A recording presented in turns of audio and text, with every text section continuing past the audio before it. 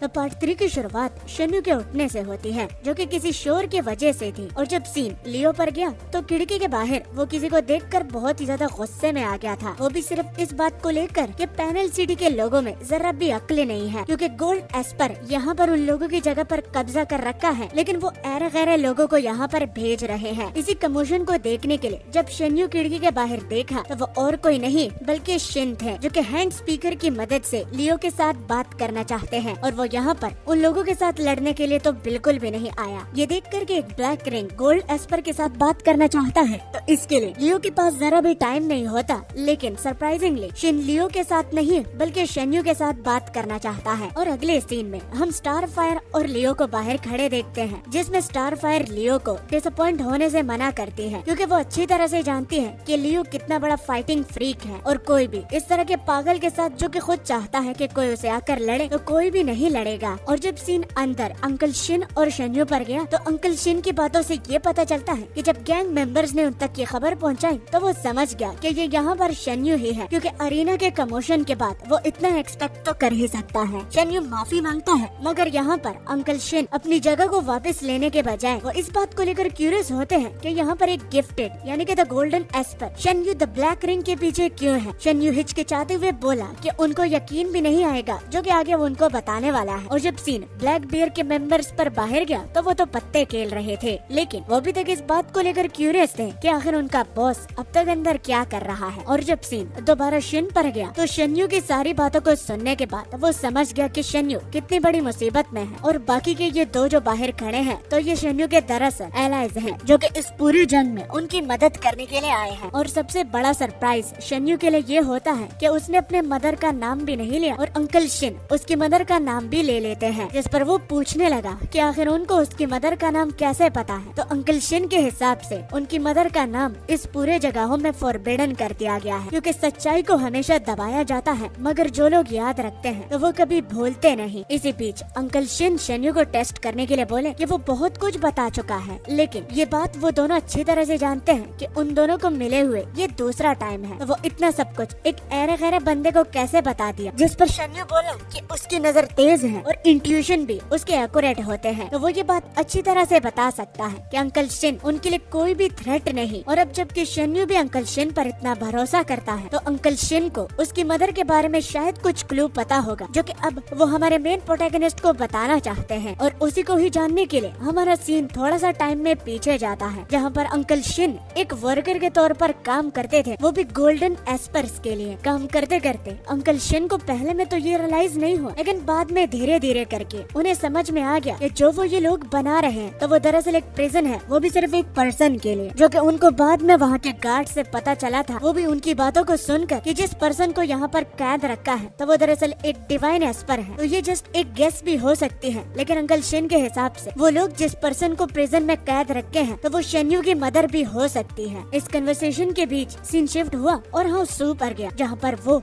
यानी कि mummy fight वाला पर्सन आ चुका है, क्योंकि उसको मिशन मिला था कि डिसेंडेंट्स को मारना है, जो कि चाइल्ड ऑफ डिविनिटी की मदद करने के लिए काफी सालों से वेट कर रहे थे। मगर जिस जगह वो आया तो वहाँ पर कोई भी ऐसे उसे डिटेल नहीं मिली थी कि इन हाउसेस के पास एक डिसेंडेंट है। वो कमरों को चेक कर रहा था, तभी एक कमरे से उसे थोड़ी बहुत एनर्जी फील होती है। जब वो उस कमरे में गया तो वो सामने देखकर बहुत ज्यादा हैरान हुआ और हाउस सू पर हंसने लगा, क्योंकि इस हिसाब से कि वो एक रोबो बना रहे हैं तो ये बात कंफर्म होती है कि इनके पास कोई भी डिसेंडेंट नहीं। उस पर्सन के आते ही हाउस सू का रोबो भी उठ जाता है, जो कि सामने खड़े अननोन बंदे पर डाटा कलेक्ट कर रहा था। और सामने वही मम्मी फाइट पर्सन जो कि इस रोबो के साथ बात करना चाहता है, तो उसको अपने सवालों का जवाब नहीं मिल रहा है। और अब उसे ऐसा लगने लगा कि रोबो होने की वजह से कोई मेल फंक्शन है, और अगर यही रोबो चाइल्ड ऑफ डिविनिटी की मदद करने के लिए बनाया गया है तो उसको तो कोई भी नहीं बचा सकता। मगर तभी रोबो की 100% डेटा एनालाइजेशन कंप्लीट हुई और वो सामने खड़े मम्मी फाइट पर्सन का नाम चेन येन बताता है, जो कि सुनकर उसकी फट गई, क्योंकि उसका नाम ये कैसे जानता है। वो सामने से गायब होकर उस रोबो के पीछे आया और साथ में दोबारा अपना सवाल पूछा कि वो उसका नाम कैसे जानता है, जिस पर वो रोबो अपने हाथ में एनर्जी को कलेक्ट करता है और एक शॉकवेव से उस चेन येन को उड़ा डालता है। चेन येन जिसको जो इन्फॉर्मेशन मिली थी कि हाउस सू के पास कोई भी डिसेंडेंट नहीं, तो उसने एक ऐसे खतरनाक प्रोग्राम को देख लिया है जो कि उनके रास्ते का एक बहुत बड़ा कांटा बन चुका है, और वो जल्द से जल्द इस खबर को अपने बाकी टीममेट्स तक पहुंचाने का ठान लेता है। मगर जब वो बाहर निकलने की कोशिश करा ना तो एक मिस्ट उसे घेर लेती है। उसे कुछ भी नजर नहीं आ रहा तो तभी पीछे से वही रोबो आकर उसको काफी ज्यादा डरा देता है और बात को समझने में देर नहीं लगती कि अब उसका कचूमर बनने वाला है। तो एक और जोर का धमाका वो उस रोबो से खा लेता है, जो कि खाते वक्त वो एक बहुत ही जोर और दर्दनाक चीख भी लगाता है। एंड देन इसी बीच सीन शिफ्ट हुआ और मिनी जोरो पर गया, जहाँ पर दूसरा मम्मीफाइड वाला बंदा मिनी जोरो को रोकने के लिए गया है। वो अपने वाटर एलिमेंट से उस पर अटैक करता है, जिसको वो काफी आराम से रोककर उसे बिगाड़ भी देता है, जो कि देख वो एनिमी बहुत ज्यादा घबरा गया, क्योंकि अटैक को इस तरह पकड़ना और उसे डिसमेंटल करना तो यही सबूत है कि ये मिनी जोरो इतना ज्यादा पावरफुल है। वो उस मम्मीफाइड वाले बंदे को बोला, मुझे अपना अपोनेंट चुनकर तुमने बहुत बड़ी गलती कर ली है। जो ही वो ये अल्फाज बोला तो उसकी धुलाई शुरू हुई, कभी पंच,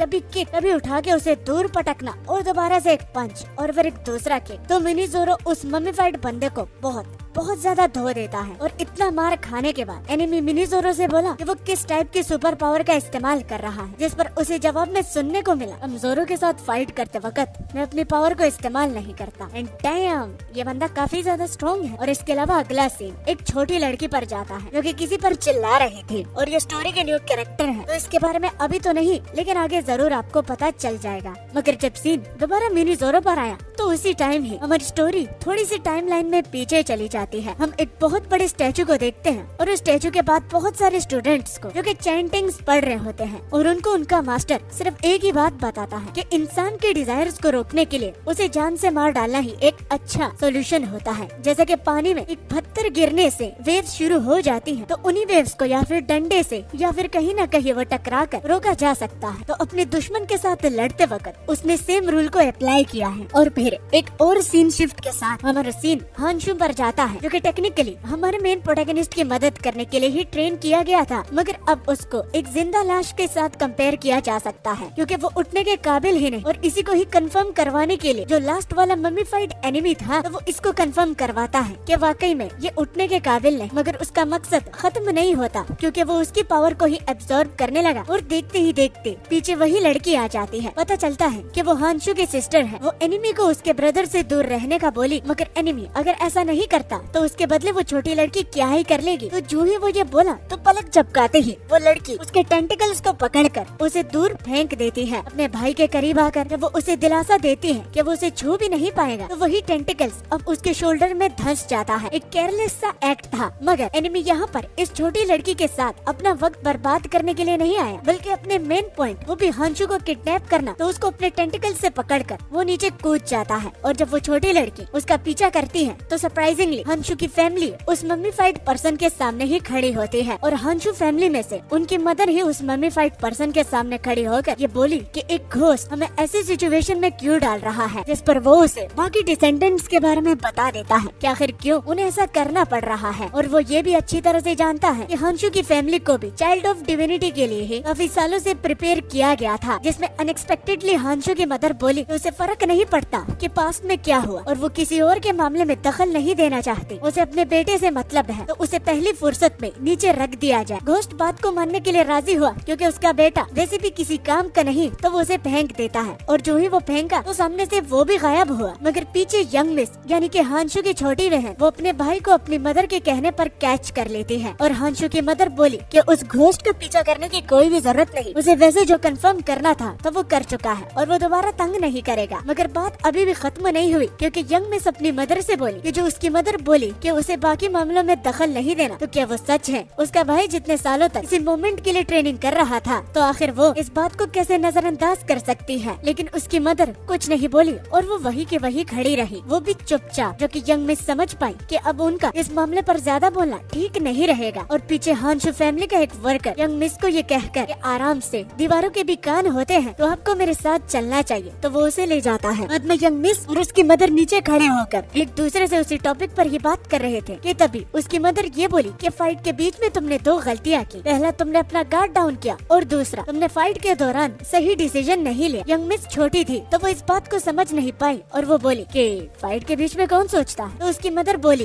कि मैंने सिंपली जस्ट अपने एक आंसर दिया, क्योंकि आगे तुम्हारे बहुत काम आ सकता है। और फिर इसके बाद सीन दोबारा शिफ्ट हुआ और शन्यू पर गया और अंकल शिन पर भी, जिसमें शन्यू उस रूम की डिटेल्स के बारे में अंकल शिन से पूछते हैं, जिस पर अंकल शिन बताता है कि बहुत सारे पिलर्स लगे हुए थे और एक पूल भी था जिसमें शायद से कुछ मैग्मा पड़ा हुआ था और हर तरफ एक स्मोक थी जो कि किसी को भी सुला सकती है। तो इन सारी बातों को सुनकर अब शन्यू पर जो ही सीन गया तो उसे समझ में नहीं आ रहा था, लेकिन उसकी हालत सेकंड बाय सेकंड इस खबर को सुनने के बाद खराब होती जा रही थी और उसे ऐसा लग रहा था कि उसकी बॉडी पर कोई कब्जा कर रहा है। और देर नहीं लगती कि वही दूसरा शन्यू उसकी मदर के अपीयरेंस में आकर उससे उसकी बॉडी मांगता है। शन्यू बेवकूफ नहीं होता और वो समझ जाता है कि ये उसकी मदर नहीं है और उसने जैसे ही अपना असली चेहरा दिखाया तो उसके हाथ में एक गन थी जिससे वो सीधा शन्यू का भेजा उड़ा देता है, मगर वो भी जस्ट उसके ख्वाब में, क्योंकि रियलिटी में वो बेहोश हो गया था, वो भी अंकल शिन के सामने जो कि बहुत ज्यादा टेंशन में पड़ जाते हैं ये बात के दौरान कि शन्यू को ये क्या हुआ। तो इन सारी बातों के बीच जब वो उसे अपने डोमेन में ले गया तो ले जाते ही वो उसकी बॉडी इंसिस्ट करने लगा कि उसे चुपचाप दे दे, क्योंकि उसे पावर चाहिए जो कि उसके पास है न कि शन्यू के पास। और उसे क्या नहीं लगता कि अगर वो बॉडी उसके हवाले कर देगा तो ये पूरा का पूरा मसला ही वो खत्म कर देगा।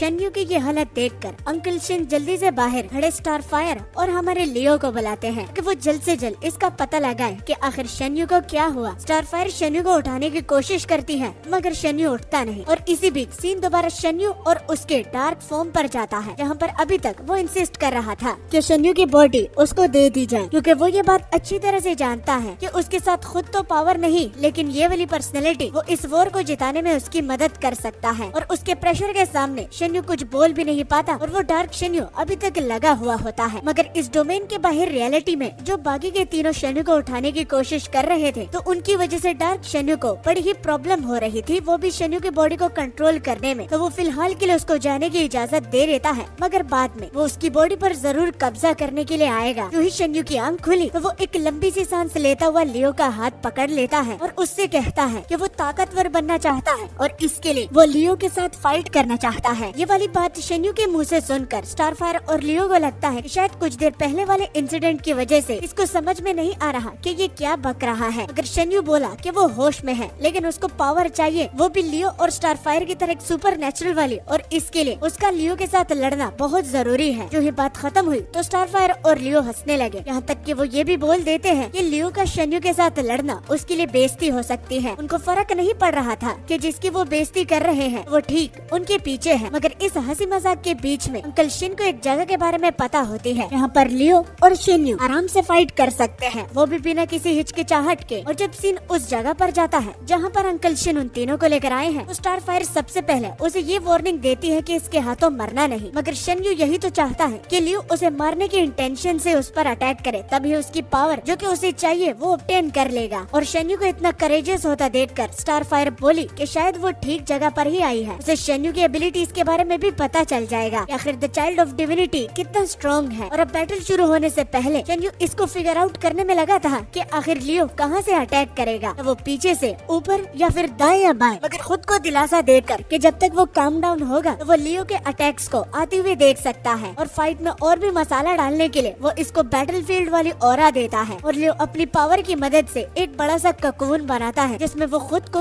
और शन्यू को बंद कर लेता है। जो ही ककून उन दोनों पर गिरा, बाहर खड़ी स्टारफायर मुक्का दे देती है क्योंकि वो फाइट को नहीं देख पाएगी। अगर जस्ट इस शील्ड पर अटैक करने से मींस पावर ने उसे पीछे धकेलने पर मजबूर कर दिया तो उसे टेंशन होने लगती है कि कहीं मजाक मजाक और ट्रेनिंग में लियो इसे जान से ही मार ना डाल दे। और वो अब बस उम्मीद ही रख सकती है कि लियो उसे ज्यादा चोट नहीं पहुंचाएगा, क्योंकि सब लोग अच्छी तरह से जानते हैं कि लियो एक फाइटिंग फ्रीक है। और जब सीन दोबारा ककून के अंदर गया तो लियो शन्यू को और भी ज्यादा डराता हुआ कि जो तुम अपने सामने देख रहे हो तो उसे कहते हैं एब्सोल्यूट पावर, क्योंकि एब्सोल्यूट पावर के सामने कोई भी टिक नहीं सकता, चाहे वो कितना भी दिमाग का तेज क्यों ना हो। मगर जस्ट यहाँ पर मैं तुम्हारी विश को पूरा कर रहा हूँ, तो उम्मीद है इस फाइट से तुम्हें बहुत कुछ सीखने को मिलेगा। अब चलो बिना किसी हिचकिचाहट के अपनी फाइट को शुरू करते हैं। और जो ही उन दोनों के बीच में फाइट स्टार्ट होने वाली थी तो लियो इतनी तेजी से शन्यू के सामने आ जाता है कि वो रिएक्ट ही नहीं कर पाता। और हम लोग इस सीरीज में देख चुके हैं कि शन्यू अटैक को डॉज करने में काफी माहिर है क्योंकि उसके रिफ्लेक्सेस बहुत तगड़े हैं, मगर वो सेम पैतरा लियो पर इस्तेमाल नहीं कर सकता और वो सिर्फ एक अटैक से ही उसकी हालत को खराब कर देता है। ये जानने के बाद कि शन्यू की ये हालत सिर्फ एक ही अटैक और सिर्फ एक ही हाथ की मदद से लियो ये कर पाया है तो शन्यू डिमोटिवेट होकर बोला इस फाइट का बोलकर उसने गलती तो नहीं कर दी। और लियो जो के सामने एक मॉन्स्टर, वो भी बहुत टेरिफाइंग वाला, तो वो पास आते हुए ये बोलता है कि अभी तो फाइट स्टार्ट हुई है, अब ये मत बोला कि मेरे सिर्फ एक अटैक से ही तुम्हारी हवा टाइट हो गई है बच्चे। और इसके अलावा बाहर स्टारफायर जो कि अब तक उस शील्ड को तोड़ने में लगी थी तो अंकल शिन ये पीछे से देखकर स्टारफायर जैसी स्ट्रॉन्ग एस्पर भी इस शील्ड को नहीं तोड़ पा रही, तो उसने बहुत सारे इस तरह के एस्पर्स को देखा है, लेकिन लियो की तरह वो पहली बार देख रहा है। और उसकी ये टेरिफाइंग अपनी आंखों के सामने देखकर वो खुद इस बात को एडमिट करता है कि लियो बाकियों से बहुत ज्यादा चेंज है। और विदाउट अ डाउट हमारी स्टारफायर भी अंकल शिन की बातों के साथ एग्रीड होती है। और साथ में ये भी उससे पता चलता है कि लियो दरअसल इसलिए इतना ज्यादा स्ट्रॉन्ग है क्योंकि वो पहला वाहिद एक ऐसा गोल्डन एस्पर है जो कि डिवाइन एस्पर बनने के बहुत ज्यादा करीब था। और तभी हमारी स्टोरी लाइन 16 साल पहले चली जाती है, जहाँ पर स्टारफायर और लियो पहली मर्तबा एक दूसरे से मिले थे। स्टारफायर की बातें शुरू करते ही हमें पता चलता है कि लियो बचपन से ही एक गॉड गिफ्टेड पावरफुल एस्पर रहा है, क्योंकि टेस्टिंग अरीना में बहुत सारे बाकी एस्पर्स उसके स्ट्रॉन्ग ऑपरेशन को बर्दाश्त नहीं कर पा रहे थे और उन्हें घुटन फील हो रही थी। और जब रिंग को डिसाइड करने की बारी है तो उतनी एडवांस टेक्नोलॉजी भी उसकी इस रिंग को डिटेक्ट नहीं कर पाई और लोगों को लगने लगा था कि हाउस लियो के यहाँ एक डिवाइन एस्पर आने वाला है। मगर पता नहीं कि किसी रीजन की वजह से रैंक उसका गोल्ड ही नजर आ रहा था और लोग खुद को दिलासा देते हुए कि हाँ, अगर हाउस लियो को एक डिवाइन एस्पर मिल जाता तो हाउस लिन उसका कैसे मुकाबला कर पाते। छोटी मोटी तसल्लियां लोग दे रहे थे, लेकिन स्टारफायर उस वक्त से ही लियो को जान चुकी थी कि इसको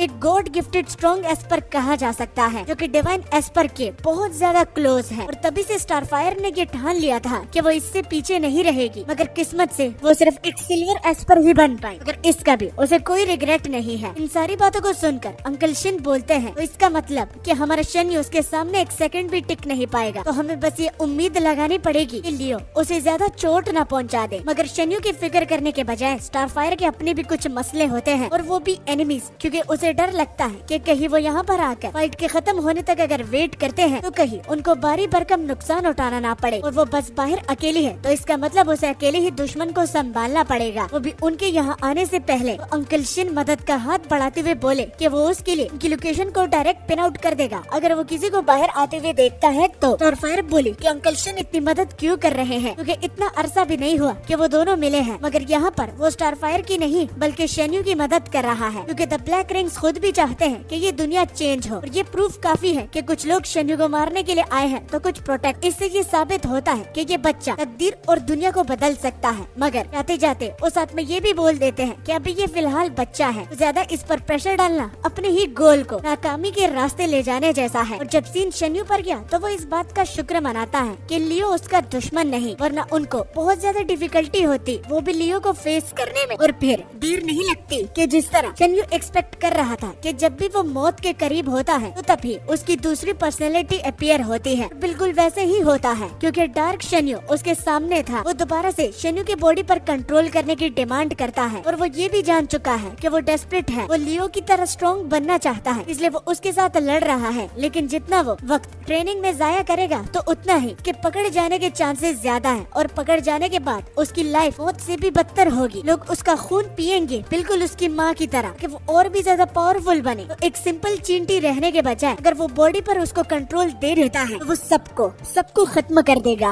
और वो वादा करता है ये वॉर जिसके लिए लोग 18 सालों से वेट कर रहे थे वो चुटकियों में खत्म हो जाएगी। मगर इन बातों के बीच वो नोटिस करता है कि वो ये अपनी बॉडी उसको हवाले नहीं कर सकता, क्योंकि वो एक बात को लेकर गलत है, और वो शन्यू नहीं बल्कि कोई और है। अगर वो शन्यू होता तो उसको वो कही हुई बातें आचुन की याद होती। और उन्हीं बातों को जानने के लिए हमारा सीन दोबारा पास्ट में चला जाता है, जहाँ पर शन्यू और आचुन क्रॉस गैंग के अड्डे पर थे। वहाँ पर एक आदमी आता है और उनको ब्रेड ऑफर करता है। वो ले तो लेते हैं, लेकिन इसका बदला और कर्ज चुकाने के लिए वो क्रॉस गैंग का मेंबर बोलता है कि अभी फिलहाल वो भोला है, अगर वो फ्यूचर में उनके गैंग को ज्वाइन कर लेते हैं वो ये कर्ज उस तरह से चुका सकते हैं। अच्छाई को देखते हुए शन्यू को सदियों हो गए थे और उसे लग रहा था कि उनको फ्यूचर में इस गैंग को ज्वाइन करना चाहिए। मगर आचुन जो कि अपने दिमाग का सोचकर बोला कि सोचो, चीखें खत्म नहीं होती, ये लोग बाहर के बैंडिट से भी बहुत ज्यादा खतरनाक हो सकते हैं, तो हम यहाँ पर तो बिल्कुल भी नहीं रहेंगे। मगर ये गलती इनकी नहीं। तो शन्यू बोला कि हाँ वो गिफ्टेड लोगों की है। मगर सरप्राइजिंगली हमारा आचुन भी एक गिफ्टेड था, जिस पर शन्यू बोला कि तुम्हारी बात अलग है। तो इसी पॉइंट को मुद्दे पर रखकर आचुन बोला कि एग्जैक्टली ये डिबेट शुरू ही ना होता अगर किसी के साथ पावर ना होती। और तुम्हें क्या लगता है ये सारे लोग एक जैसे होते हैं? या तुम ये कहोगे कि ब्लैक रिंग्स अच्छे हैं और गिफ्टेड बुरे? सब लोग एक से बढ़कर एक बुरे हैं। यहाँ किसी पर भी यकीन नहीं किया जा सकता, लेकिन इस बात को भी भुला नहीं सकते कि इस दुनिया में अच्छे लोग भी हैं, मगर असली दुनिया में, ना कि इनके गैंग्स में। तो इस ब्रेड को खाने के बाद चलो असली दुनिया में चलते हैं। शन्यू ये सारी बात अपने उस डार्क फॉर्म को बता रहा था, और पॉइंट उसका ये था कि जो लोगों को खत्म करने की उसने बात की कि वो बुराई को मिटाने में कहीं अच्छाई को ही खत्म ना कर दे, इसलिए उसे असली दुनिया में जाना है। जो ही उसने ये बोला तो डोमेन क्रैक हो गया और शन्यू की पावर अब आने लगी और वो फील करने के बाद लियो को बोला कि फाइट खत्म नहीं हुई मेरे दोस्त। तो इससे लियो बहुत ज्यादा एक्साइटेड हो जाता है और वो कहता है बहुत खूब, इंटरेस्टिंग। मगर इसके अलावा भी हम जूरी डिस्ट्रिक्ट में देखते हैं वहाँ पर कुछ लोगों को वो बाहर ला रहे थे जो कि शन्यू और उसकी टीम को टर्मिनेट करने के लिए ही उन लोगों को उनके सेल से बाहर लेकर आया जा रहा था। जिसके बाद हम देखते हैं उन्हीं दो गोस्ट को जिनके लंके लग चुके थे, बुरी हालत में उनको वापस लेकर जाया जा रहा था और इससे टारगेट्स कंफर्म हो गए हैं कि वो एग्जाइल जोन में जाने की प्रिपरेशन कर रहे हैं। तो उनको रोकने के लिए जो कॉल पर उनको बताता है कि हाइब्रिड्स ही निकल चुके हैं, वो भी उनको रोकने के लिए। तो तुम लोगों को टेंशन लेने की कोई भी जरूरत नहीं, उन्हें सिंपली बस घोस्ट को वापस लेके आने का ही ऑर्डर दिया जाता है। और जब सीन जूरी डिस्ट्रिक्ट पर गया तो ये वही हाइब्रिड्स हैं जो कि है तो ब्लैक रिंग्स, लेकिन इनको ट्रेन किया गया था और एक्सपेरिमेंट भी, वो भी लेबोरेटोरी में। साइड खड़ा उन हाइब्रिड की ओर देखकर बोला, वो भी अपने मन ही मन में, कि उसे याद नहीं कि इन प्रिजनर्स को उन लोगों ने कब देखा था और इन प्रिजनर्स से लोगों को छुटकारा कब मिलेगा। और तभी वहीं पर एक टिया नामी एक हाइब्रिड बड़ी स्पीड से उसके करीब आकर उसके गले पर अपनी सोल रखकर बोली, अपनी नजर हटा बुड्ढे। और अपनी पावर की मदद से जो उसने पहना हुआ था वो ब्लास्ट हो जाता है और इससे वो अंधा हो जाता है। साइड खड़ा दूसरा दोस्त अपने दोस्त की मदद करने के लिए जब गन निकाला तो उसकी गन अटक गई और ये भी टिया कर रही थी। मगर पीछे एक और हाइब्रिड जिसका नाम अभी तो पता नहीं, लेकिन वो टिया को बस बोल के ही रोक लेता है। और साथ में उन लोगों को ये भी मालूम पड़ता है कि प्लान्स चेंज हो गए हैं, किसी दो को दोबारा जूरी डिस्ट्रिक्ट में जाकर स्पेशल ग्रेड वालों को रोकना होगा ताकि वो एग्जाइल एरिया में एंटर ना कर पाए वरना बड़ी गड़बड़ी हो जाएगी। तो टिया और जो उसको रोक रहा था तो वो बाकियों के कहने पर स्पेशल ग्रेड को रोकने के लिए चले जाते हैं। और जब सीन जूरी डिस्ट्रिक्ट और उस स्पेशल ग्रेड एस्पर पर गया तो वो और कोई नहीं बल्कि हमारा मिनी ज़ोरो है, जो कि आते ही समझ गया कि यहाँ पर कुछ गड़बड़ी है। वो फाइट करने के लिए जैसे ही प्रिपेयर्ड हुआ तो वहीं पर वही हाइब्रिड उसके आने का वेट कर रहा था। वो चालाक होता है इसलिए वो सीधा हेडो उसके साथ फाइट नहीं करेगा, बस उसे थोड़ी देर के लिए इसको बिजी रखना है ताकि वो एग्जाइल एरिया में एंटर ना कर पाए। और बाकी दोस्तों पर ये छोड़ना होगा कि वो उस ब्लैक रिंग को जल्द से जल्द खत्म कर दे ताकि वो लोग दोबारा वापस चले जाएं। बात करते करते वो एक भूल भुलैया का नक्शा भी बना रहा था और जब उसने अपनी पावर को एक्टिवेट किया तो जमीन और बिल्डिंग्स हिलने लगी। वर्कर्स को पहले में लग रहा था कि ये एक अर्थक्वेक है, मगर पूरी की पूरी बिल्डिंग से हिल रहे थे और वो एक एक जगह पर जाकर मेस को क्रिएट कर रहे थे। और मिनी ज़ोरो को समझने में देर नहीं लगती कि यहाँ पर वो लोग उसे ट्रैप करना चाहते हैं, मगर वो उनके ट्रैप में फंसने वाला नहीं, वो भी इतनी आसानी से। और उसको एग्जाइल एरिया में जाना है और छुपन छुपाई खेलने का उसके साथ जरा भी टाइम नहीं, इसलिए वो सिंपली सीधा एग्जाइल एरिया ही जाने का ठान लेता है। मगर जब उसने एस्केप करने की कोशिश की वो हाइब्रिड अपनी पावर को दोबारा इस्तेमाल कर बिल्डिंग के कुछ हिस्सों की मदद से उसका रास्ता रोक लेता और इससे मिनी ज़ोरो दोबारा अपने स्टार्टिंग पॉइंट पर वापस आ जाता है। और वो एक लंबी सी सांस लेता हुआ ये भी बोला कि अब वो यहाँ से बाहर कैसे निकलेगा। और एडिशनली सीन रोबो पर भी जाता है, वो भी एग्जाइल एरिया की ओर ही निकल रहा था कि तभी टिया की पावर उसको बीच हवा में ही रोक लेती है और बड़े ही प्यार से उसे नीचे आने का कहती है। और अगर वो ऐसा नहीं करता तो उसे रिजल्ट तो पता है कि दोनों को लड़ना ही पड़ेगा। जिसके बाद अंकल शिन ने जिस काम का जिम्मा लिया था तो वो उसको भी पूरा कर लेता है, क्योंकि वो स्टारफायर को उन लोगों की लोकेशन दे देता है। स्टारफायर इसके लिए थैंक यू बोलकर अंकल शिन को यहाँ पर आने से मना करती है और कहीं छिपने का बोलकर वो जैसे ही पीछे मुड़कर देखी तो वो ये बोलती है उसे लोगों को नीचे से देखने की आदत नहीं और गर्दन उठा के तो बिल्कुल भी नहीं, इसलिए बोलो कि तुम लोगों में से पहले कौन मरना चाहता है या फिर तुम सब ही एक साथ ही मरना चाहते हो। वो स्टारफायर को जरूरत से कुछ ज्यादा ओवर कॉन्फिडेंट होने से मना करते हैं, क्योंकि इतनी लंबी लंबी फेंकना भी अच्छा नहीं होता। लेकिन स्टारफायर जस्ट इनका ध्यान भटकाना चाहती है ताकि शन्यू के अवेकन होने में उसको टाइम मिले। वो जितना भी एक्सपेक्ट कर रही है तो वो अपनी मदर यानी कि टेलीकिनेसिस की पावर को ही इनहेरिट करेगा, लेकिन उसका भी कोई फायदा नहीं क्योंकि लड़ना तो आखिर में स्टारफायर और उस लियो को है। तो अब आगे क्या होगा तो ये तो उनके बाहर निकलने के बाद ही पता चलेगा। वो हाइब्रिड्स अपनी जगह पर वापस आकर, क्योंकि वो है तो एक ब्लैक रिंग, वो कहने लगे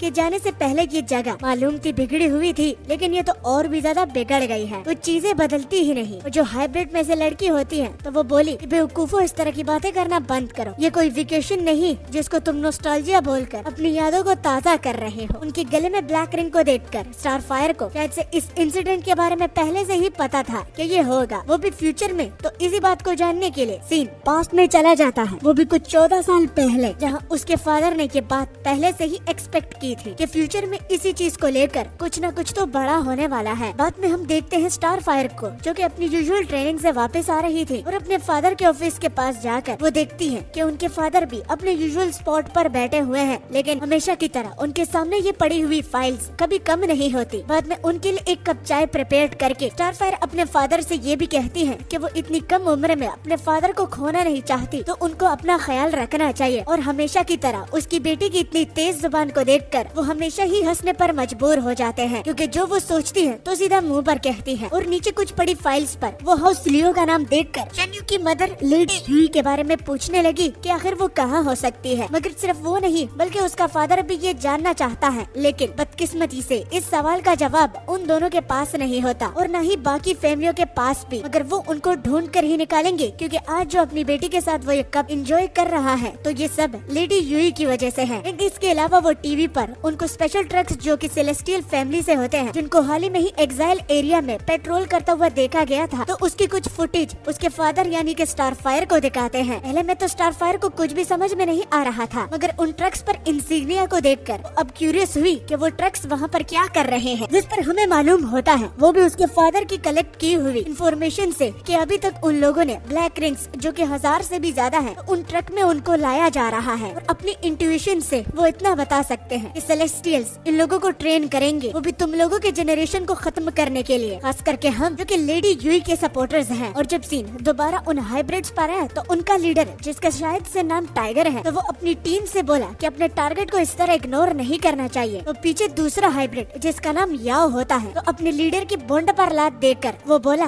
तू जाना बे। तो बाकी इससे बहुत ज्यादा हैरान हुए, क्योंकि सिर्फ याओ ही इस तरह कर सकता है। मगर बाद में याओ स्टार फायर के साथ लड़ने का ठान लेता है, मगर हाइब्रिड में से एक और लड़की जो कि हूबहू स्टार फायर की तरह थोड़ी बहुत दिखती है, तो वो याओ को रोककर खुद स्टार फायर को हैंडल करना चाहती है, क्योंकि वो नहीं चाहती कि इस तरह सुंदर लड़की दर्दनाक मौत मरे। और बाद में और उकसाते हुए वो बोली कि तुम फिक्र मत करो, मैं तुम्हें खूबसूरती से मारूंगी, न कि बदतर मौत। जो कि सुन हमारी स्टार फायर गुस्सा हुई और वो बोली जरूर, मैं देखना चाहती हूँ कि तुम में कितना दम है। और बाकी के हाइब्रिड सिर्फ एक नजर उस ककून पर डालते ही समझ गए कि बाकी के 2 टारगेट्स इसके अंदर हैं, मगर उनको ये पता नहीं होता कि वो लड़ रहे हैं और उनको लगता है कि वो छिप रहे थे, जिस पर टाइगर उनको कावर्ड बुलाता है। और जब तक वो बाहर निकलेंगे नहीं तो वो तब तक यहाँ पर बैठा रहेगा, क्योंकि वो देखना चाहता है कि हम हाइब्रिड्स जिन्होंने डिवाइन टेयर को कंज्यूम किया हुआ है, तो लियो जो कि डिवाइन टायर के बहुत क्लोज है, तो इन दोनों में से कौन स्ट्रॉन्ग है। और हाँ, ये बात क्लियर कर दो कि ऑथर ने अभी तक ये नहीं बताया कि इन लोगों ने कितने डिवाइन टेयर को कंज्यूम किया हुआ है, तो कुछ भी हो सकता है। एंड देन जब सीन ककून के अंदर गया तो शेन्यू शुक्र मनाता है कि दोबारा से उसकी ब्लैक पर्सनैलिटी ने उसकी बॉडी पर कब्जा नहीं किया, मगर अब वो अपनी बॉडी में पावर को फील कर पा रहा है और अब वो देख सकता है कि लियो के अटैक्स कहाँ से आ सकते हैं। मगर वो कुछ ज्यादा ही घूर कर देख रहा था, जिस पर लियो उससे बोला इतना घूर के मत देखो, आंखें बाहर टपक के गिर जाएंगी। तो लियो के बात को इग्नोर करके शेन्यू ये बोला कि अब जबकि उसे ये पता है कि उसके अंदर एक और भी पर्सनैलिटी है, तो उसको वो नाम लिटिल ब्लैक देता है, जिस पर लिटिल ब्लैक उसके हाथों को कंट्रोल करके उसको 2 चपेड़े लगाता है। और सामने से देखता हुआ लियो बहुत कंफ्यूज हुआ कि इस बच्चे को क्या हो गया है, मगर बाद में लियो को इनकरेज करके कि वो कोई भी अटैक अब उस पर लैंड नहीं कर पाएगा और शेन्यू इसकी गारंटी देता है वो फाइट को कंटिन्यू रखना चाहता है। एकदम से लियो सामने से गायब हुआ